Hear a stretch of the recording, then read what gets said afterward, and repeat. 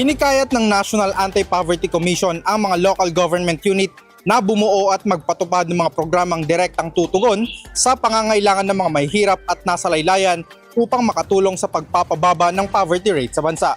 Sa panayam ng IFM News Team kay National Anti-Poverty Commission Undersecretary Mary Rose Villaflor, sinabi nitong mahalaga ang papel ng mga LGUs dahil sila ang pinakamalapit sa mga komunidad at mas nakakaalam sa partikular na suliraning kinakaharap ng kanilang mga residente. Dagdag pa niya, malaking bagay rin kung makakapagbigay ng mga programa ang mga LGUs sa kanilang nasasakupan upang mas mailapit pa ang mga tulong na kinakailangan ng mga residente. Saan yung ating mga barangay sobrang layo, hindi po nakakapag-avail yung mga gustong mag-aral kasi logistically ang hirap din po.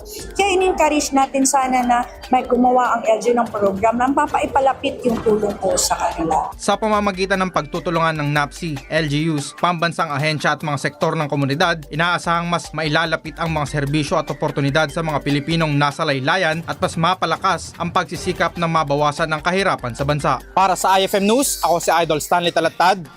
Idol! IFM News.